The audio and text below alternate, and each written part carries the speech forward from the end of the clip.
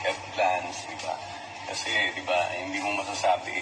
Right. Diba? So, Wala kang health insurance? Meron, meron. Ako, wala. Ang problema nga kasi, hindi ko lang alam like kung sa iba meron yung parang pag na-consume mo na yung hospitalization mo, hindi mo na pwedeng ulitin. Correct. Next is yung memorial na is, siyempre, huwag mo Huwag kang malayo pa tayo doon. Wala kang bala.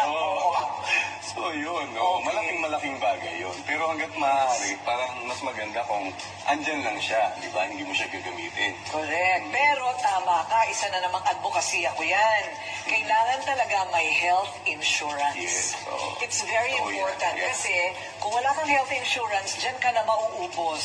Correct. At maraming tao, hindi nila naiisip na bago ka mamatay, kahit magkakasakit ka muna. Oo. So lahat ng ipon mo, ayan na, mauubos na dahil wala kang health. Hindi mo alam kung hanggang saan yun. Yes. Diba? Kasi kadalasan, nanganganak yan. Parang, eto lang muna yung sakit mo. Madadamay ito, madadamay yan. Correct. Palaki ng palaki, di ba? Yes, oo. So, but, Kinakailangan yun talaga.